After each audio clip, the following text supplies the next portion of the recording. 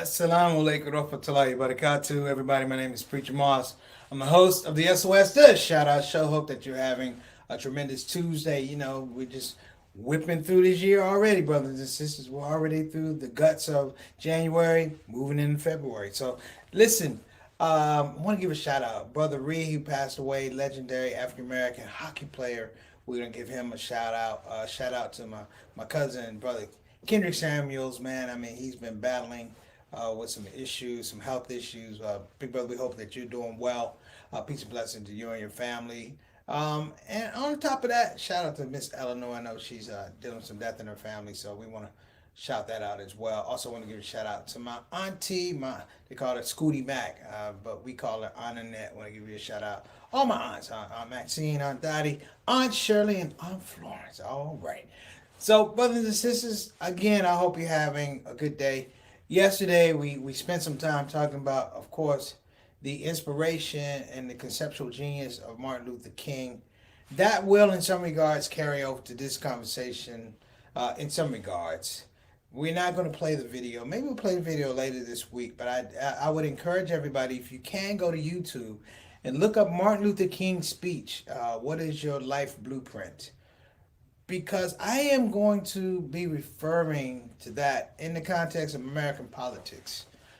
A lot of times we get out here and we pontificate about what politicians do, what they don't do, their agendas, and but you know what we don't ask? We don't ask what is the blueprint that brought you here.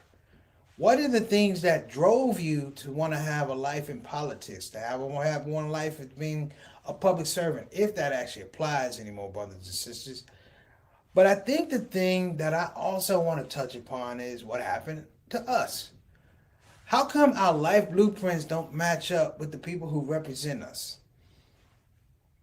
Don't they go to the same schools? Don't they go to colleges and universities? Don't they have the same understandings of what we need as constituents before they become politicians? You see, American politics, brothers and sisters, and I've said it before, and I don't mean it to be derogatory, but it is a pimp game. American politics is a pimp game. Now, this is not sexual in nature, brothers and sisters, but it is a pimp game. And the thing that we get pimped for is the fact that people have this dying need to have people do the right things on their behalf. The question today, American politics, or brothers and sisters, can a leopard change its stripes?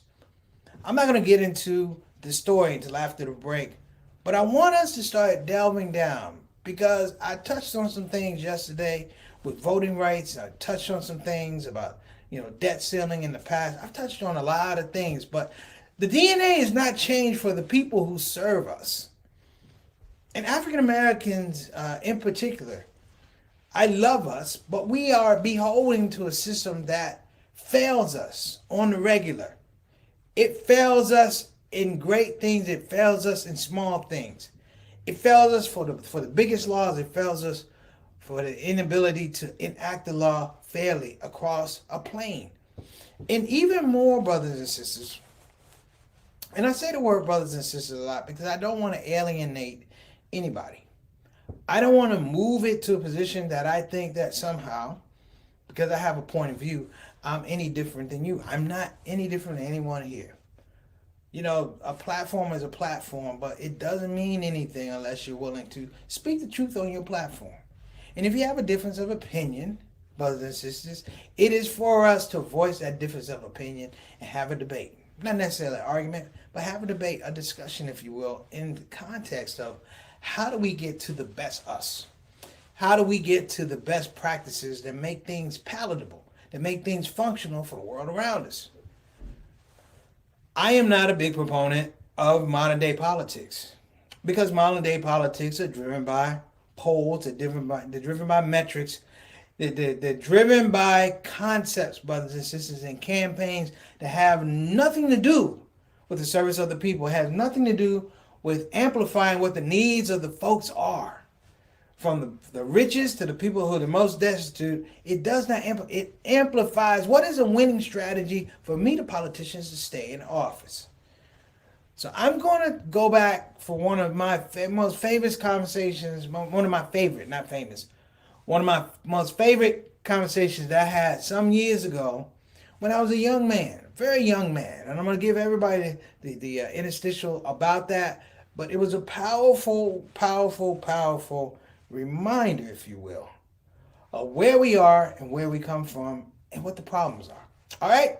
So, without further ado, we're going to go ahead and get the story started, get the show started. Satana, go on and take us out. Preacher Moss, shout out show.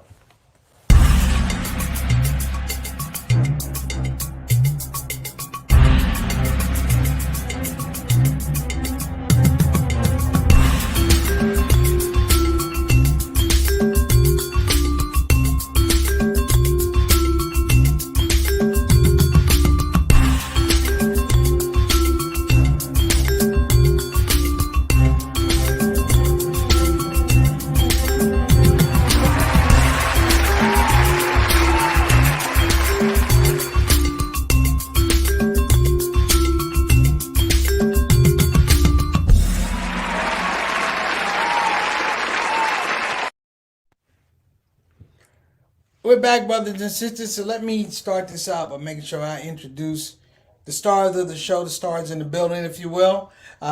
We call them the Shout Out Show family, Shout Out Show soldiers. They are the stars in the building. This is what makes the platform what it is today.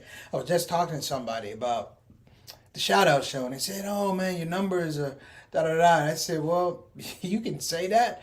I said, "But can you say that we had over 514 shows consecutively?" He said, "How do you do that?" I said, "Because you have people who are more disciplined than the show."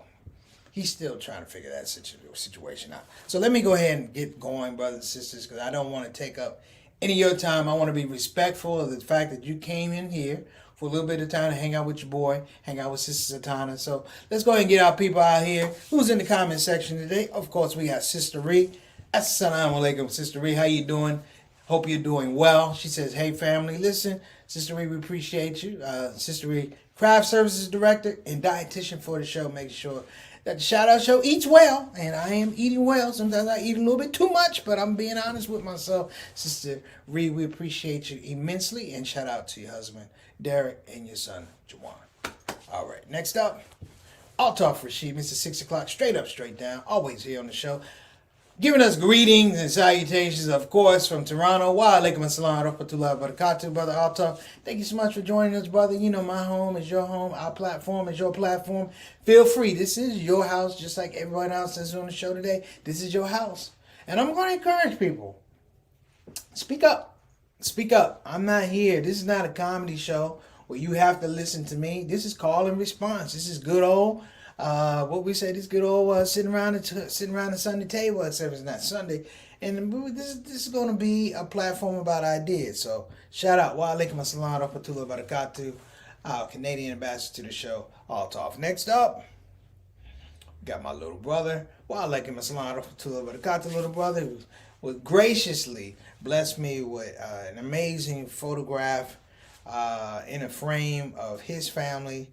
You know, and I appreciate it, man. I'm gonna hang it someplace prominent and get a light over it. I just talked to the electrician, put a light over it, and not too bright because it started looking like the lights at the funeral home. We don't want to do that. But I'm saying though, we're gonna put it in a special place, man, because I appreciate you thinking of me like that.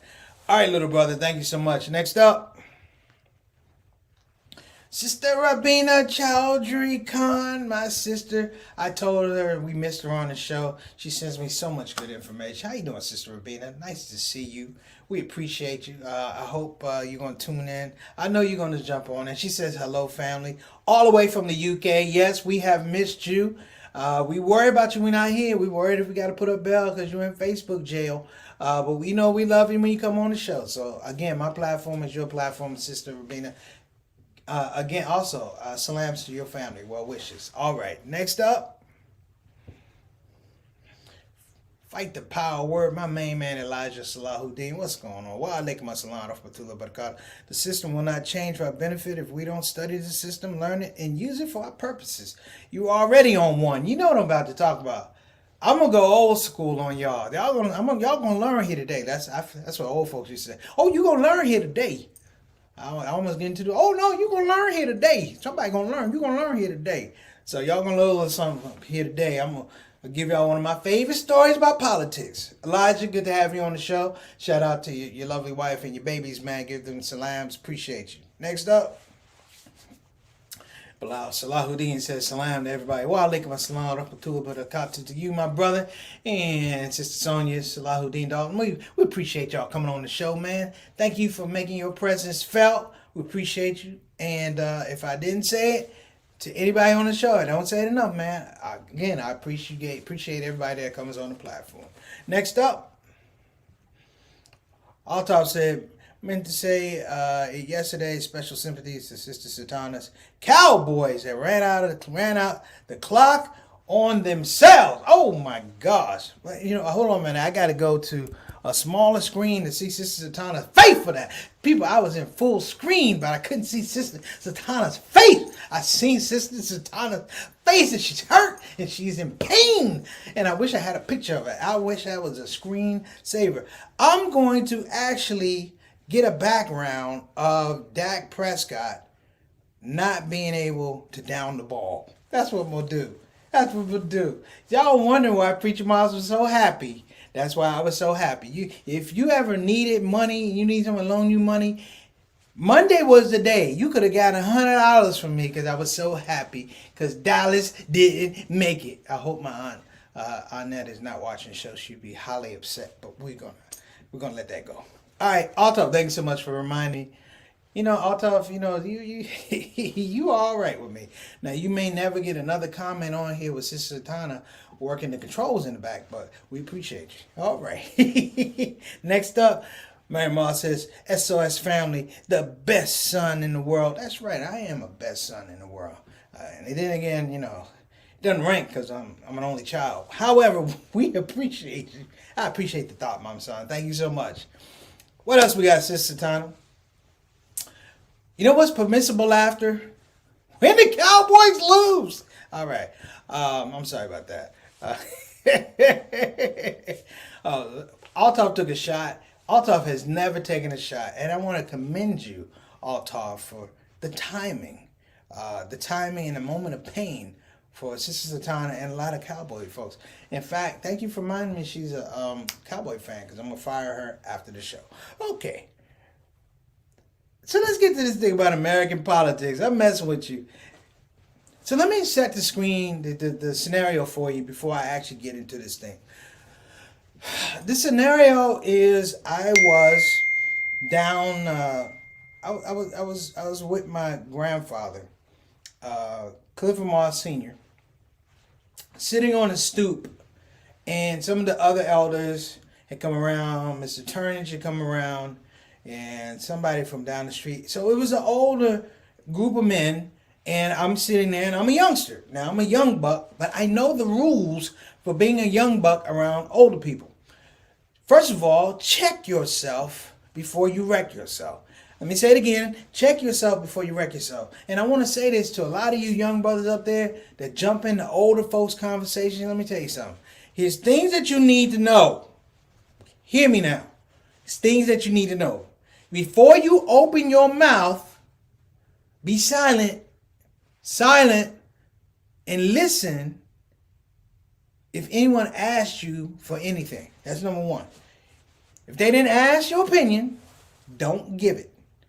That's number one. Number two, when you're in a group of young men, and I tell people who are 40, 50 years old, when you're a group of older men, or older women, particularly older women, what you need to do is check out the age of the conversation. If it's a woman who's 80 years old and her two friends are 83, 84, 85 years old, look at your driver's license. If you don't have an average that meets 80, 84 years old, you don't have nothing to say. The best you could do is bring tea, water, or cookies. That's it. And the last one. Before you open your mouth, even in the conversation that you think you have something to contribute, make sure that your pedigree is tight. Make sure that what you're going to talk about has what we call a good story. If you a truck driver with a bunch of truck drivers who've been driving around for years, 10, 15, 20 years, don't jump in with your weak story about how you've been driving a year. You can't give a good story. So that means you need to be quiet. All these things are laid out. I'll make my point here in a minute. Bear with me. So here I was with my grandfather and several of his friends. Now, I didn't want to say anything around my grandfather because many of y'all know that my original nickname for my grandfather was not Preacher Moss.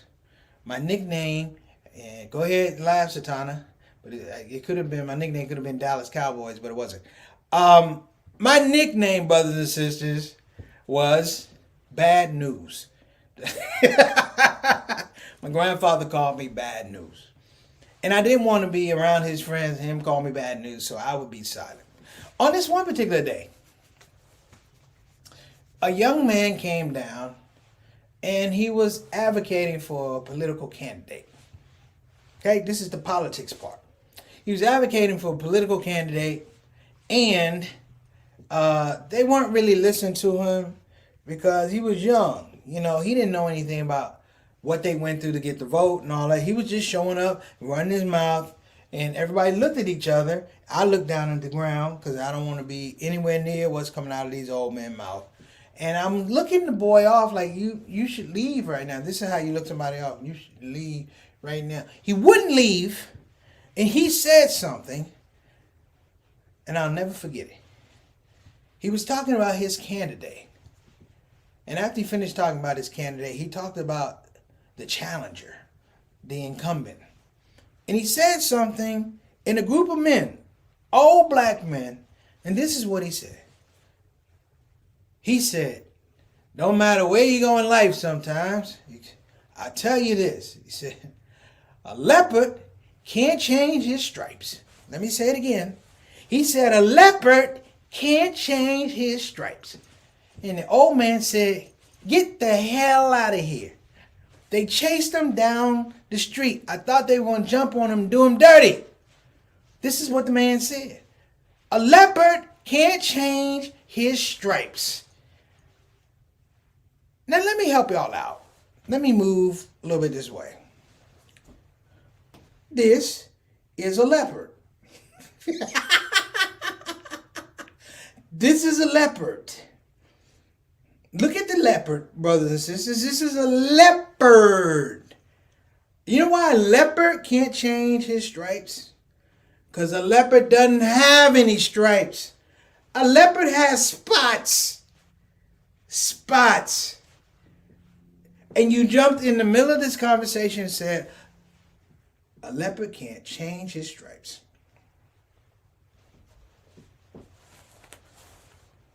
Dumb heads is dumb dudes, brothers and sisters. And there is something to be said about that miscalculated statement that the young man said amongst those folks. And I wish I was old enough that I could somehow morph into being 65, 70 years old to understand the conversation and the cuss words that they were saying about this young man. But what my grandfather said to me is, boy, bad news. He said, don't ever let anybody tell you that a leopard can't change his stripes. Now, I still think about that today. Grandfather's been gone for a long time. 1983, I think he passed, 82. But I thought about it in terms of modern politics. And I thought about it in terms of our conversation that we had about Martin Luther King yesterday.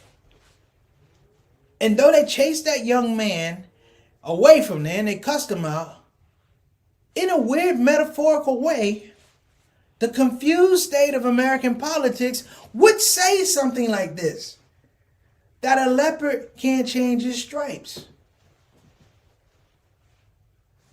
But the person who says things like that can't change their stripes, but they can change perception.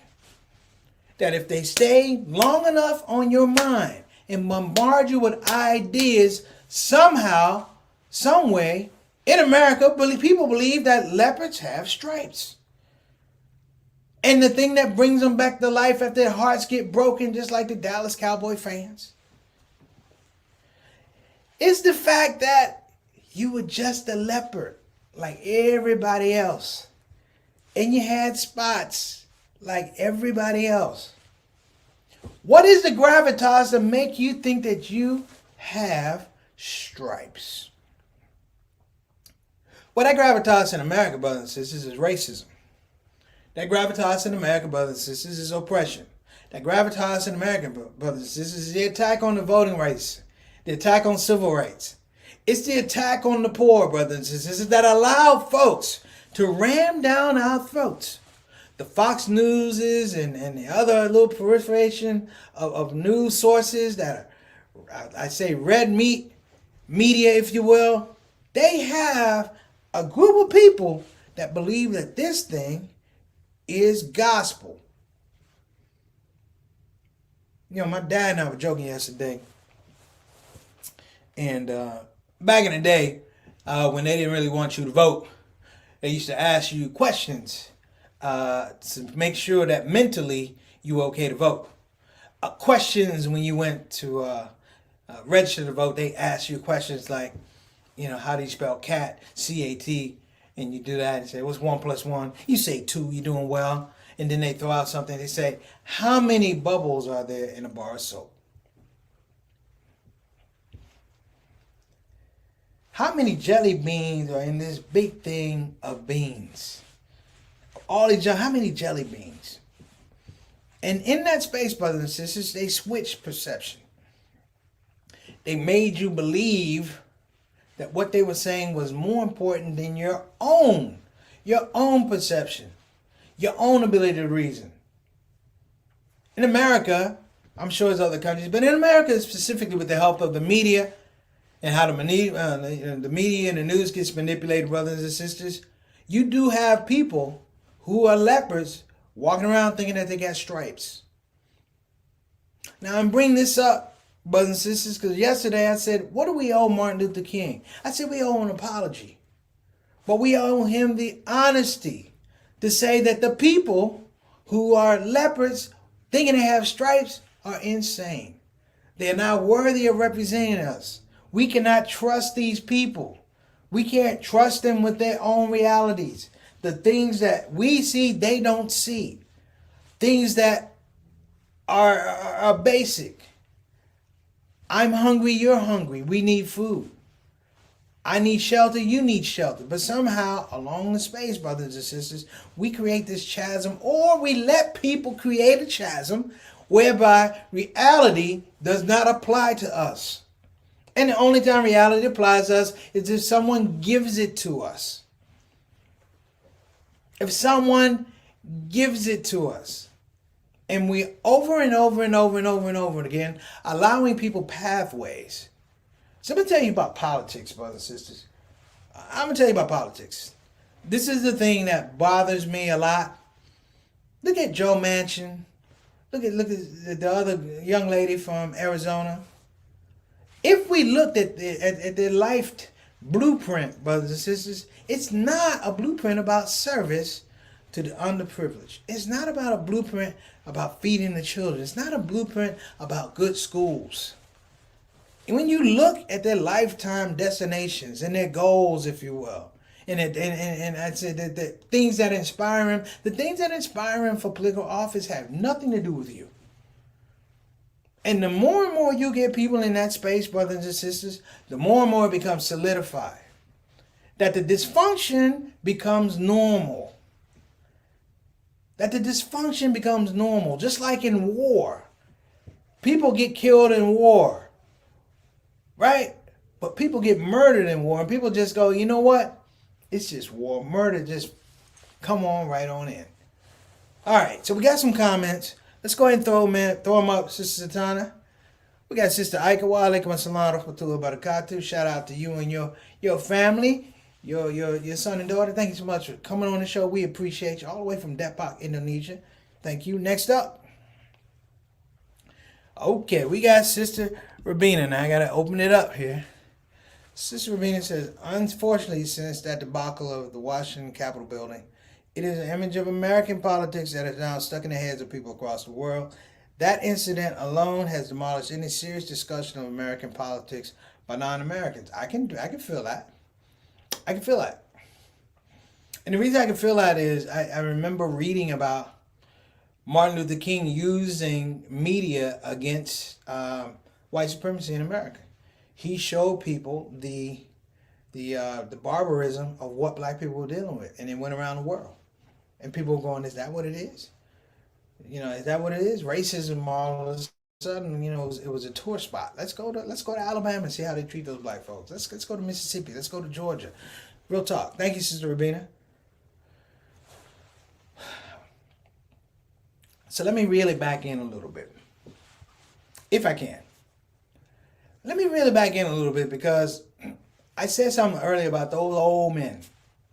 Those old men.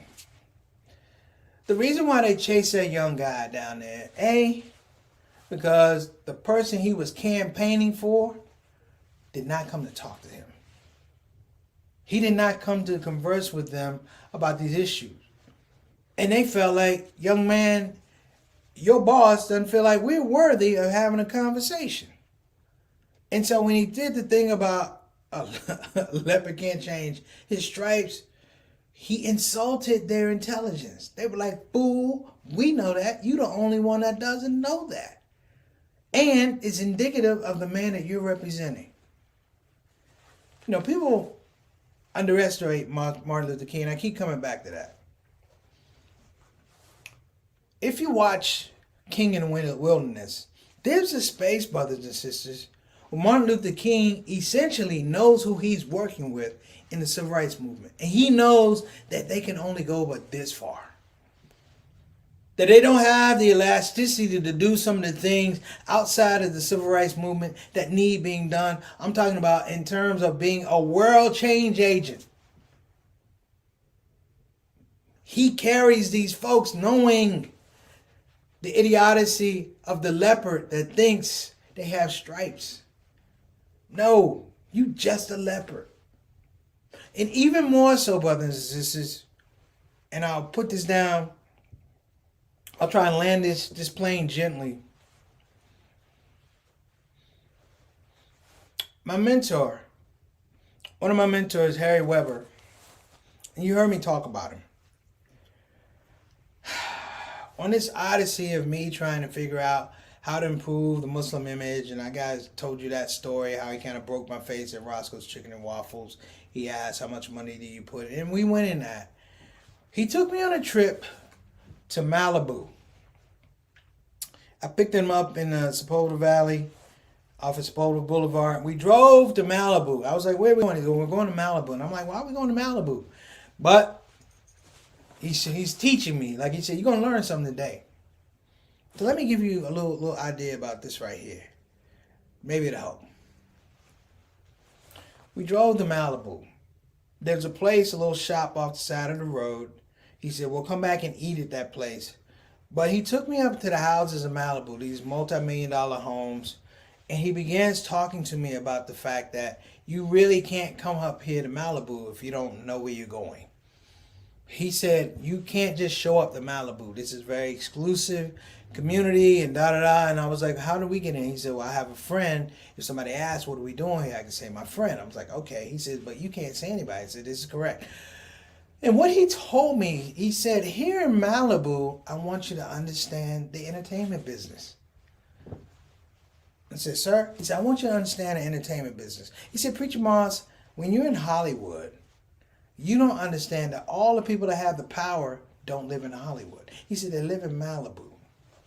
He said, there's such a thing in life as buyers and sellers. Buyers and sellers. He said, in Hollywood, it's just a proliferation of nothing but sellers. So much so that there's so much selling going on that a psychological trip happens, and then some of the sellers actually think that they're buyers. And the sellers who are there are so desperate to sell, they sell to other sellers. He said, but here's the thing. The buyers come home to Malibu every night. He said they don't want to be around the sellers. They don't want to be around the sellers that sell to other sellers. He said this conversation is nothing that comes into Malibu. He said the people in Malibu talk to one another. They walk to each other's homes. He said, but they understand the framework of being buyers, not being sellers. I would add this, that American politics, I said, is a pimp game. The reason why it's a pimp game is that a pimp has absolutely nothing to offer anybody. They have nothing to offer anybody.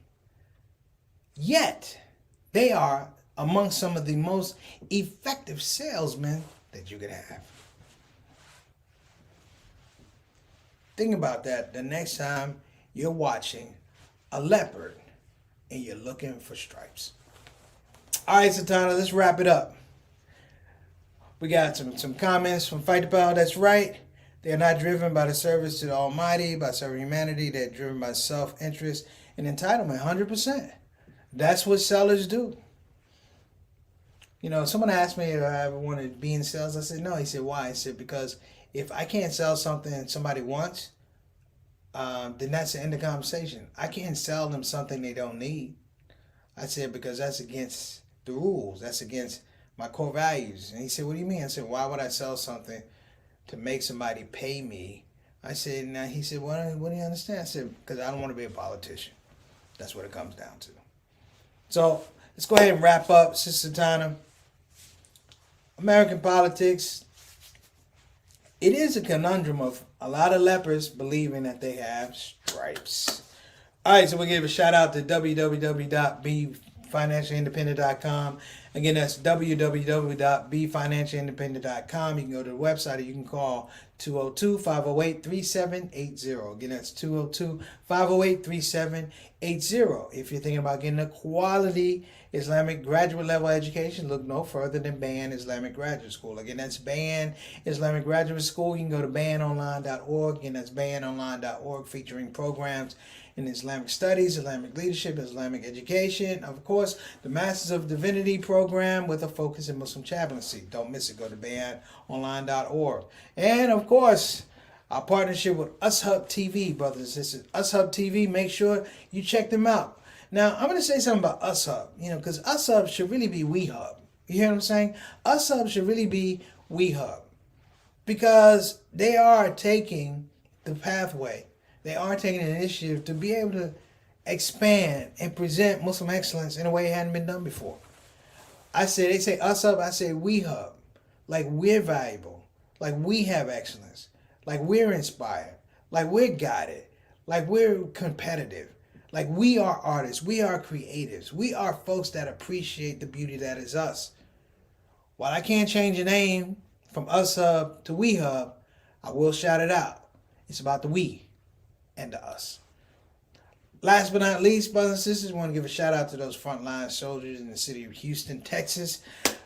Convenient Urgent Care out there doing the best they can. Thank you so much, Convenient Urgent Care. We appreciate you. With 3 locations, Cypress, Pasadena, and Houston on Parker Road. Make sure you check them out.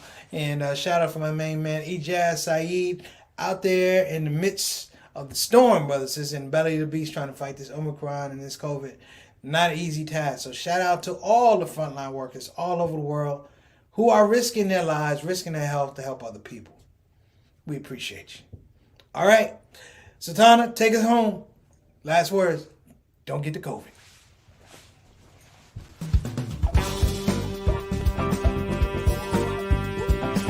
Hey, babies. Welcome to Radio WCUC, Convenient Urgent Care, home of the smart patient. This is DJ What It Do. You know what time it is. It's the top of the hour, and the request lines are open. You know what you want to hear. I know what you want to hear. Operators are waiting. I just got to hear, don't get the COVID. Don't get the COVID. Put your mask back on. The Delta COVID, more contagious than before. Don't get the COVID. Go on and get the vaccine. You know that it can keep keep you safe. And your people living up in your space. Don't get the COVID, you need to wash your hands. The Delta COVID is more deadly than before. Don't get the COVID, go on and get your vaccine. You know that it can keep you from dying. Don't leave your family all alone and crying. Don't get the COVID. We invite you to join our fight against COVID and against misinformation. It's time to listen to the doctors and trust the science. When I think of people dying that don't have to die, it makes me sad. Now's the time to be sober. Together we can make this thing over. Let's fight the COVID. Convenient urgent care, home of the smart patient.